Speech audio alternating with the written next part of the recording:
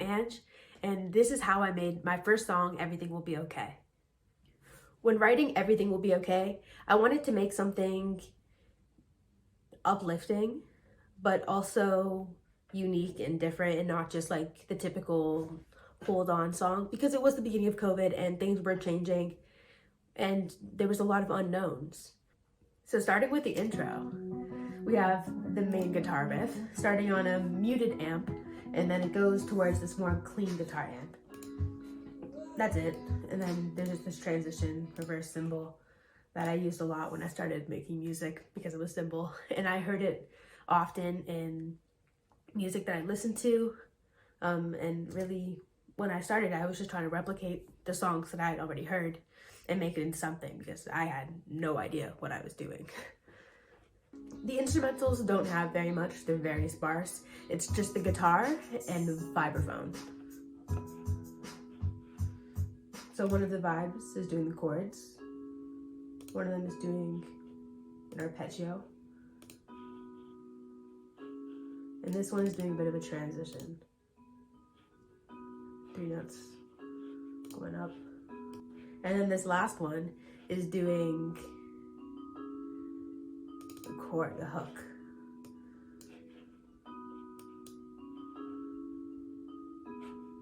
Nice. And the airy sound is just doing the chords as well.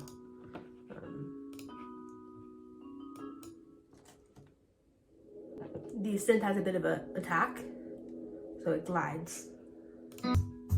The drums are very simple and chill. They never really built anything more than that. It's more of the effects and the crashes that build something in the outro and the last chorus. Going to the last chorus, you have a combination of sounds that make this effect.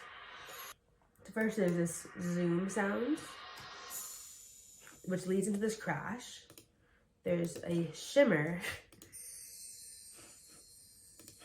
vibra slap,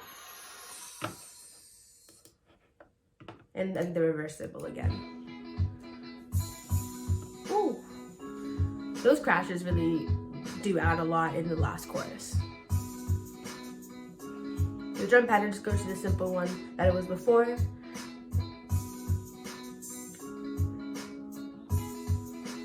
And then in the end, there's the muted crashes, which I just love using. I think I heard them first in like Bozzy's first album, and I just thought I love the sound.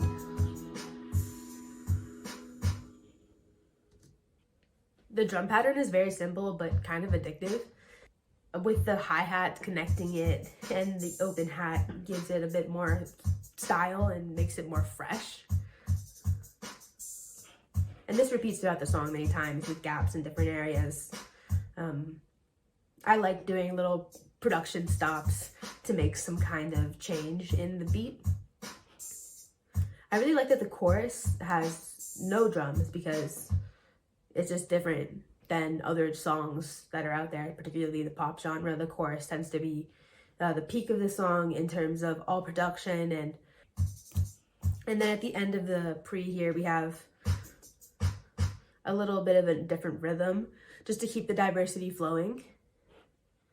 And again, in the last chorus and the outro, the drums build again to give that diversity, especially because the instrumentals are so bare on this track. The vocals aren't too complicated. Just going through the verses. Back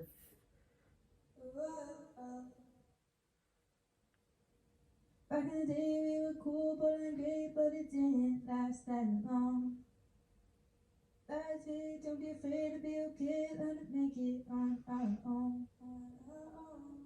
So you see we have these like background tracks that have a lot of reverb. So to make the background vocal sound just distinctly different than the main vocal. Although I used to sing very softly back then. These falsettos are such a moment in the song. All that this really has is some simple backgrounds that connect the phrases. Here there's some more doubling. I didn't really double many vocal phrases in this song. It was more for accenting. Here we have the falsettos in the main chorus. And then other than that,